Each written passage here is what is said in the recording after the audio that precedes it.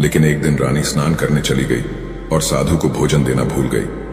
भोजन क्यों नहीं आया? इसके बाद साधु ने सोचा कि वह स्वयं महल में जाकर देखेगा कि अब तक भोजन क्यों नहीं आया, और फिर वह महल में पहुंच गया। जब वह महल के अंदर पहुंचा तो वहां उसकी नजर रानी पर गई। रानी के लंबे लंबे घने काले बाल जो कि उसकी कमर पर लहरा रहे थे, उसकी कजरारी आंखें जो देखने मात्र से ही घायल कर दे, उसकी हिरनी जैसी चाल।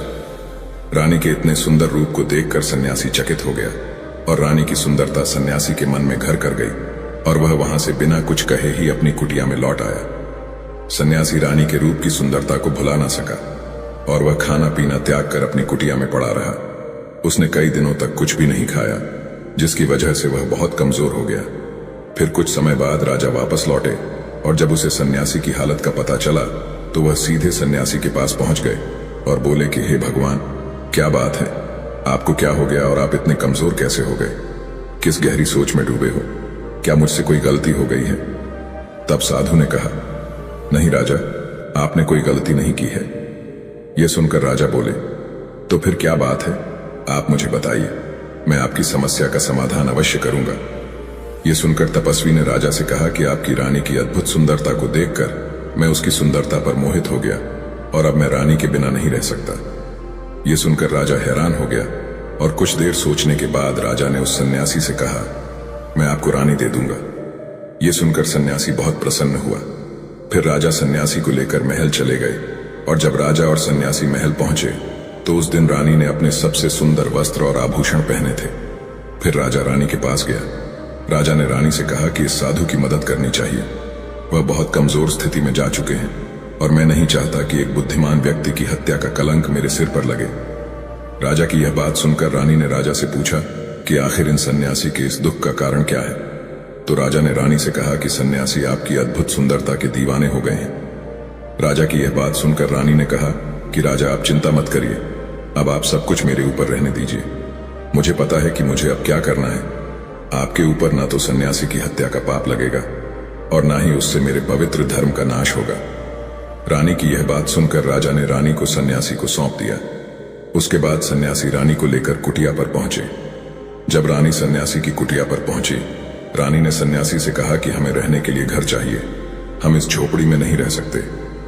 यह सुनकर सन्यासी राजा के पास गया और राजा से जाकर बोला कि हे राजा, हमें रहने के लिए घर चाहिए। सन्यासी की बात सुनकर राजा ने उनके लिए घर का प्रबंध कर दिया। फिर सन्यासी रानी को लेकर घर पहुंचा। जब रानी सन्यासी के साथ उसके घर पर पहुंची तो रानी ने सन्यासी से कहा कि यह घर तो बहुत गंदा है और इसकी हालत बहुत खराब है, मैं इस घर में नहीं रह सकती। यह सुनकर सन्यासी फिर से राजा के पास गया और राजा के पास जाकर बोला, हे राजा, जो आपने हमें घर दिया है उस घर की हालत बहुत खराब है। सन्यासी की बात सुनकर राजा ने उसे घर की हालत ठीक करवा दी। उसके बाद फिर रानी घर के अंदर गई और नहा धोकर बिस्तर पर आ गई। तभी साधु भी बिस्तर पर आ गया। फिर उसके बाद रानी ने साधु से कहा कि आप जानते हैं कि आप कौन हैं और क्या बन गए हैं। आप एक महान साधु थे जिनके लिए राजा स्वयं सभी आवश्यक चीजें उपलब्ध कराते थे, जिनके पास दूर दूर से लोग ज्ञान प्राप्त करने आते थे, जो लोगों को सत्य का मार्ग दिखाते थे, जो लोगों की समस्याओं का समाधान करते थे, जिन्हें सभी लोग गुरु मानते थे, जिसे सब लोग भगवान मानकर पूजते थे, और आज आप वासना के कारण मेरे गुलाम हो गए। रानी की यह बात सुनकर साधु को झटका लगा और उसे एहसास हुआ कि वह एक साधु है और यह सब क्या कर रहा है। वह यह सब सुख सुविधाएं त्याग कर शांति की तलाश में जंगलों में चला गया था। जोर जोर से रोने लगा और चिल्लाने लगा और रानी से कहने लगा कि मुझे क्षमा कीजिए महारानी, मैं ये क्या करने जा रहा था, मैं अभी आपको राजा को सौंप कर आता हूं। सन्यासी की बात सुनकर रानी ने सन्यासी से प्रश्न किया कि साधु महाराज, मेरे मन में एक प्रश्न उठ रहा है, कृपया मेरे प्रश्न का उत्तर दीजिए। रानी की बात सुनकर सन्यासी ने कहा कि पूछो, तुम्हारा क्या प्रश्न है। फिर रानी ने कहा कि जब आपको उस दिन भोजन नहीं मिला तो आप बहुत क्रोधित हो गए, तब मैंने आपका ये रूप पहली बार देखा था और तभी से मैं आपके व्यवहार में परिवर्तन महसूस कर रही थी। ऐसा क्यों हुआ? साधु महाराज, आखिर आपको इतना क्रोध क्यों आया? रानी की बात सुनकर सन्यासी ने रानी को समझाया कि जब मैं जंगल में था तो मुझे समय पर भोजन भी नहीं मिलता था, लेकिन जब मैं महल में आया तो महल में आने के बाद मुझे सारी सुख सुविधाएं मिली और फिर मैं इन सभी सुख सुविधाओं के मोह में फंस गया और मुझे इसके प्रति लगाव उत्पन्न हो गया और फिर मुझे इसको पाने का लालच उत्पन्न हो गया और जब मुझे ये नहीं मिला तो मेरे अंदर क्रोध उत्पन्न हुआ। फिर सन्यासी ने कहा कि महारानी, सच तो ये है कि अगर इच्छा पूरी नहीं हो तो क्रोध उत्पन्न होता है, और अगर इच्छा पूरी हो जाए तो लालच बन जाता है। फिर सन्यासी ने रानी से कहा, यह इच्छा की पूर्ति ही मुझे वासना के द्वार तक लेकर आई है और मैं आपके प्रति आकर्षित हो गया। इसके बाद वह सन्यासी रानी को लेकर राजा के पास गया और बोला कि राजा, मुझे क्षमा कर दीजिए, मुझे अपनी गलती का एहसास हो गया है। ये लो आपकी रानी, मुझे ये सब नहीं चाहिए। मैं अपनी इच्छा के वशीभूत होकर यह गलत कार्य करने जा रहा था और अपने जीवन को बर्बाद कर रहा था, लेकिन अब मुझे सब कुछ समझ आ गया है। उसके बाद उस सन्यासी ने कहा कि हे राजा, मनुष्य की बर्बादी का कारण उसकी 4 आदतें बनती हैं और दुनिया की हर एक व्यक्ति के अंदर यह 4 अवगुण होते हैं, लेकिन जो व्यक्ति इन पर नियंत्रण कर लेता है वह दुख और परेशानियों से बच जाता है। वही जो व्यक्ति इन 4 दोषों पर नियंत्रण नहीं कर पाता है वो बर्बाद होने के कगार पर पहुंच जाता है। यह सुनकर राजा ने कहा कि महाराज, आप मुझे वो 4 आदतें बताइए जिससे कि मनुष्य की बर्बादी हो जाती है। फिर सन्यासी ने राजा को मनुष्य को बर्बाद करने वाली आदतों के बारे में बताया कि हे राजा, मनुष्य को बर्बाद करने वाली पहली आदत है इच्छा, क्योंकि इच्छा ही दुनिया की हर एक व्यक्ति के अंदर सबसे पहला अवगुण होता है, और जो व्यक्ति अपनी इच्छाओं को नियंत्रण में नहीं रख पाता है वह जीवन के किसी भी क्षेत्र में सफल नहीं हो पाता है, क्योंकि जैसे ही उसकी एक इच्छा पूरी होती है वह दूसरी की ओर जाने लगता है, और दूसरी पूरी हो गई है तो तीसरी इच्छा उसके मन में जागृत हो जाती है, और फिर ऐसे करते करते इच्छाओं पर नियंत्रण न होने के कारण किसी जाल में उलझा रहता है और दुखी रहता है। इसीलिए राजा, जब हम इच्छाओं पर नियंत्रण पा लेते हैं तो हम हमारे मन पर भी नियंत्रण पा लेते हैं, और जब हमारा मन हमारे वश में होता है तो हमें सुख की प्राप्ति होती है। फिर जो हम चाहते हैं वही हमारे साथ होता है। फिर सन्यासी कहता है कि हे राजा, मनुष्य को बर्बाद करने वाली दूसरी आदत है वासना। वासना का जन्म हमारे मन में उठने वाली इच्छाओं से होता है। जिस प्रकार इच्छा का कोई अंत नहीं होता और मनुष्य वासना के जाल में फंसता ही चला जाता है।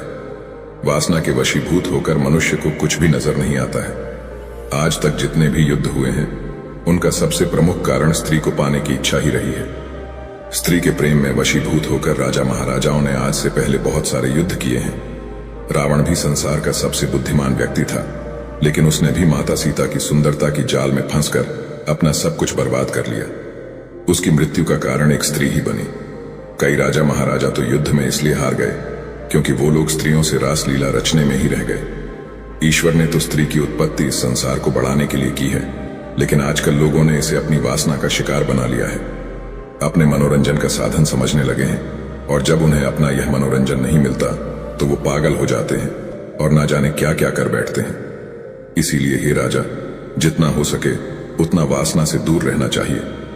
फिर सन्यासी कहता है कि हे राजा, मनुष्यों को बर्बाद करने वाली तीसरी आदत है क्रोध, क्योंकि जब मनुष्य की वासना की पूर्ति नहीं होती है तो उसके अंदर क्रोध उत्पन्न हो जाता है, और जब व्यक्ति को क्रोध आता है तो उस पर उसका नियंत्रण नहीं होता है, और फिर वह क्रोध में आकर कई गलत निर्णय ले लेता है। वह दूसरों को भला बुरा कह देता है, गालियां निकाल देता है, और जब उनका क्रोध शांत होता है तो उन्हें अपनी गलती का एहसास हो जाता है, लेकिन तब तक तो सब कुछ बर्बाद हो चुका होता है। क्रोध के कारण मनुष्य के कई बने बनाए काम भी खराब हो जाते हैं। जब मनुष्य के भीतर क्रोध उत्पन्न होता है तो वह अंदर से बहुत कमजोर हो जाता है, और एक कमजोर मनुष्य कुछ भी नहीं कर सकता है, उसे कभी भी सफलता हासिल नहीं हो सकती। क्रोध हमारे भीतर तनाव को उत्पन्न करता है, और अगर एक बार हम तनाव में चले गए तो हमारा पूरा जीवन बर्बाद हो जाता है। फिर सन्यासी कहता है कि हे राजा, मनुष्य को बर्बाद करने वाली चौथी आदत है लालच। लालच का फल सदैव बुरा होता है। लालच में फंसकर हम बहुत से लोगों का बुरा कर देते हैं। हर मनुष्य के जीवन में कभी ना कभी ऐसे समय अवश्य आते हैं जब वह लालच कर बैठता है, और अधिक पाने की लालसा में वह कुछ ऐसा कर बैठता है जिससे जो उसके पास था वह उसे भी गंवा देता है। क्योंकि जैसे ही व्यक्ति की एक इच्छा पूरी होती है उसका लालच अधिक हो जाता है और उसके मन में और कई जन्म लेने लगती है। जो व्यक्ति लालच करता है वह कामयाबी से कोसों दूर रहता है, क्योंकि एक ना एक दिन लालच का दुश्मन सामने आता ही है।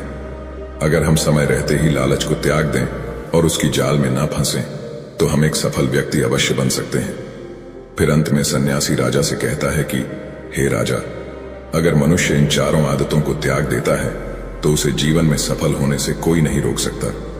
जो इन आदतों को नहीं त्यागता है उसे जीवन में बर्बाद होने से कोई रोक नहीं सकता। मैं एक सन्यासी होकर इसकी जाल में फंस गया था, तो सामान्य मनुष्य तो इससे बच नहीं सकता। इसीलिए हे राजन, मनुष्य को इन आदतों से हमेशा बचना चाहिए। दोस्तों, उम्मीद है आपको ये कहानी जरूर पसंद आई होगी। अगर पसंद आई हो तो हमारे इस वीडियो को लाइक